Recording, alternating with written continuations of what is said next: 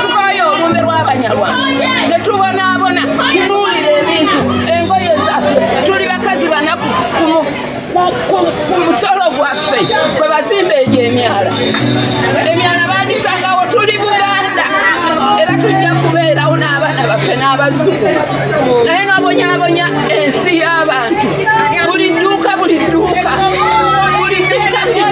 tuteme emiranga abaana baffe ne babonaabona lwa musajja oyo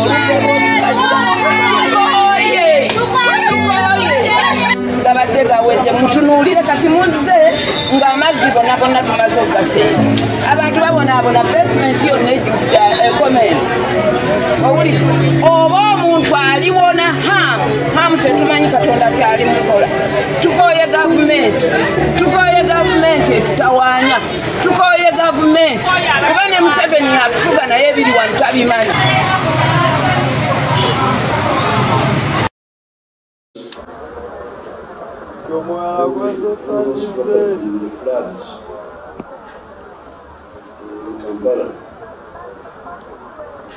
I told Kasuri member to chair a meeting with the people concerned. Because I was here. Prime Minister was outside, she would have chair. So we shall assure them that we shall assist them.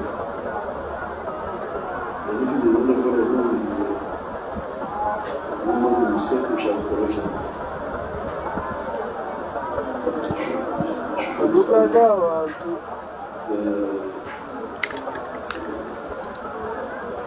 Because the problem was not only in Kampala, but in the mountain, people died there according to nothing late. I saw him in Kenya. So in this case, if it was because of harm, because the same harm to be left in the channel, we shall know the facts and correct the mistake. Okay? Thank you.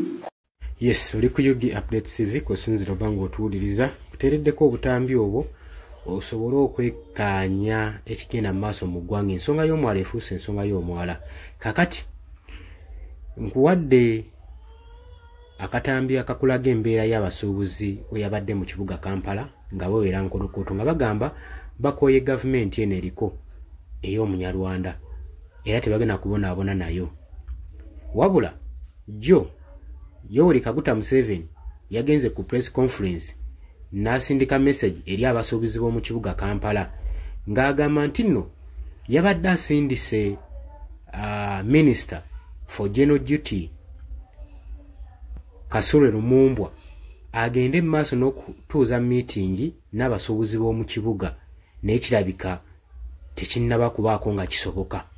Yabadde alina otuuza meeting eno ye Ssaaba Minisita Robinah Nabbanja naye wenjogerera yamazeemu dda omusu ensonga erinnya enkandaggo oluvannyuma lw'omunoonya mu kibuga nga talabikako n'oluvannyuma kyazuuse nti yadde afulumyemu ng'agenze wabweru w'eggwanga kati ensonga z'omwala West wezikyali wabula bw'abadde ku press conference agambye nti nno asuubiza abasuubizi okutereeza ensobi yonna eyakoleddwa hamu mu nsobi yonna eyakolebwa nga bakonstructing omwala guno gwennakivubo yonna eyakolebwa hamu Mwami Yoweri Kaguta Museveni agambye agenda gikolekitinga tetumanyi atya era butya kubanga bo abasuubuzi bewera nkolokooto emali yaabwe nnyingi eyasaaniziddwawo bintu bingi bye baafiiriddwa so kye beetaaga kintu kimu kaseera kano ye compensation okubaddizaawo ebintu byabwe baddemu bakole naye gwe ky'oba omanya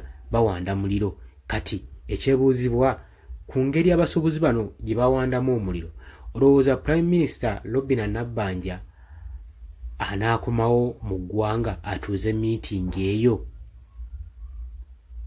why songa ki eyakugidde Minister for General Duties Kasule Lumumbwa obuta hearinga meeting eno n'abasuubuzi ba mu kibuga oli ku Yugi Update TV Kosinziro bango otuuliza gwatana toyingako kiri wansi waliwo ekigambo subscribe kikoneko obeere ng'otoyingako. Mbagala nnyo mweraba.